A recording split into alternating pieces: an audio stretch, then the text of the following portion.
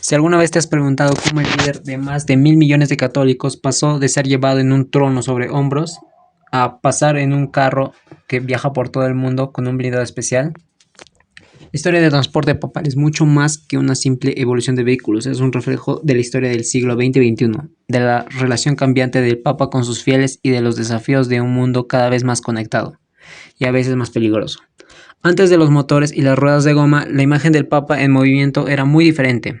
Durante siglos, el principal medio de transporte para las ceremonias públicas era la sedia gestatoica. Imaginen esto, un trono ricamente adornado, hecho de madera, seda y terciopelo, elevado sobre los hombros de 12 hombres, los palafrenieri, vestidos con una libreta roja ceremonial. Esto no era una simple cuestión de transporte. La sedia gestatoica tenía un profundo simbolismo. Primero, la visibilidad.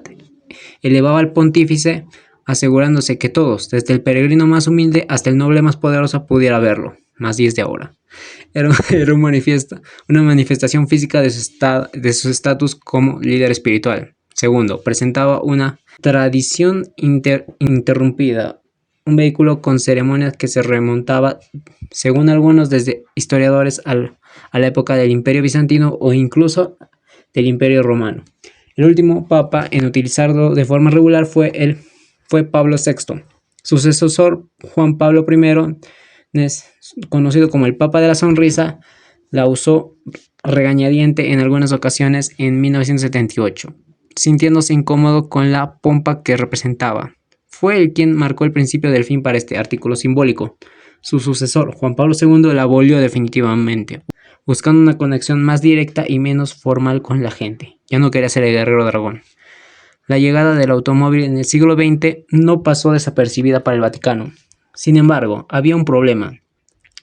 Desde la unificación de Italia en 1970, los papas se consideraban prisioneros en el Vaticano, negándose a abandonar sus muros en protesta por la pérdida de los estados pontificios.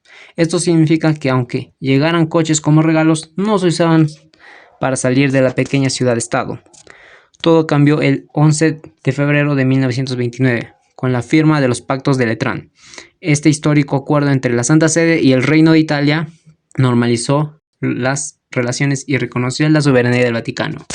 El Papa era libre de moverse y por fin las compañías automotrices vieron una oportunidad de oro.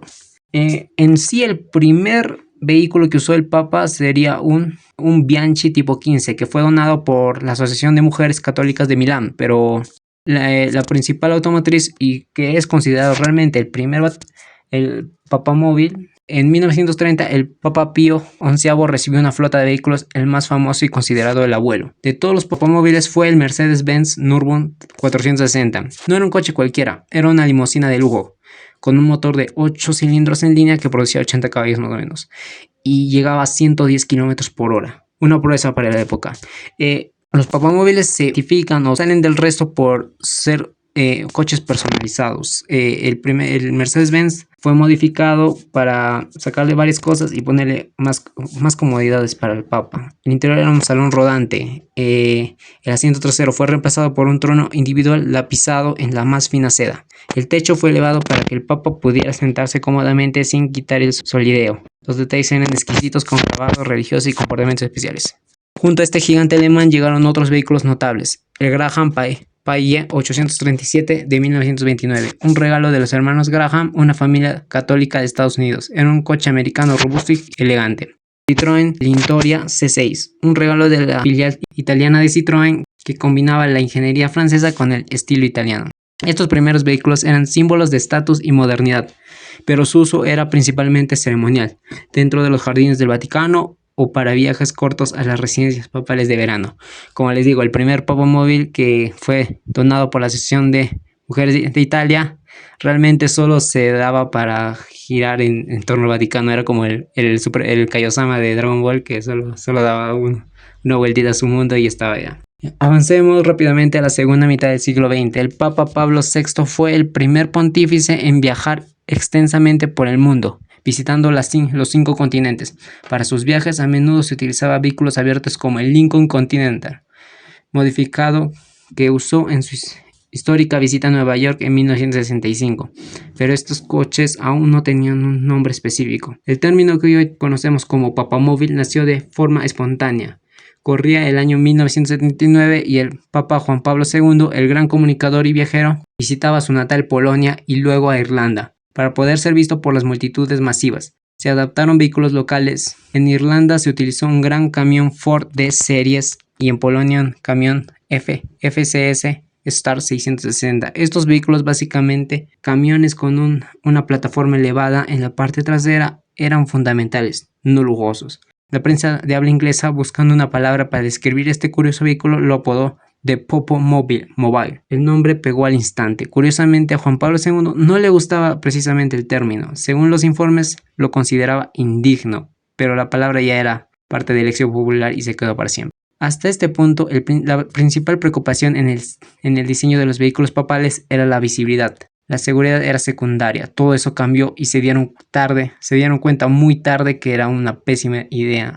A las 17:17 horas del 13 de mayo de 1981, ese día el Papa Juan Pablo II recorría la plaza de San Pedro. Antes de su audiencia general, viajaba de pie en un Fiat Campagnola 1107 de color blanco, un vehículo todoterreno ligero, completamente abierto. Saludaba a los miles de peregrinos, besaba a los bebés y de repente sonaron varios disparos. El terrorista turco Mehmet Ali Agna había abierto fuego. El Papa se desplomó y quedó gravemente herido. El mundo contuvo la respiración. En ese instante, el ataque demostró de la forma más brutal la vulnerabilidad del pontífice. El Campagnola blanco, manchado de sangre, se convirtió en un símbolo de vulnerabilidad. La conclusión fue inmediatamente unánime. Nunca más podría el Papa estar tan expuesto. A partir de este trágico suceso, el diseño del papamóvil cambió radicalmente. La visibilidad seguía siendo crucial, pero ahora estaba superadísima a una prioridad absoluta, la seguridad. Nació la era de los papamóviles, comenzaron a ser blindados. El desafío era enorme. ¿Cómo proteger al Papa sin aislarlo, sin meterlo en una cárcel sobre ruedas? La solución fue la ahora famosa cúpula de cristal a prueba de balas. Mercedes-Benz, que ya tenía una buena relación con el Vaticano, tomó la delantera, adaptando uno de sus vehículos más robustos y todoterrenos, el Mercedes-Benz 230G. Este modelo se convirtió en la base para el papamóvil icónico de los años 80 y 90. Las características de estos nuevos vehículos eran impresionantes y comúnmente era principalmente la cúpula, construida con una capa de vidrio y policarbonato. Era capaz de resistir impactos de bala de alto calibre. No era un simple cristal, era una obra de ingeniería. Blindaje. La carrocería del vehículo estaba reforzada con acero y materiales compuestos para proteger contra explosivos. Neumáticos eran run flat, capaces de seguir rodando incluso después de ser perforados. Estos también se ven en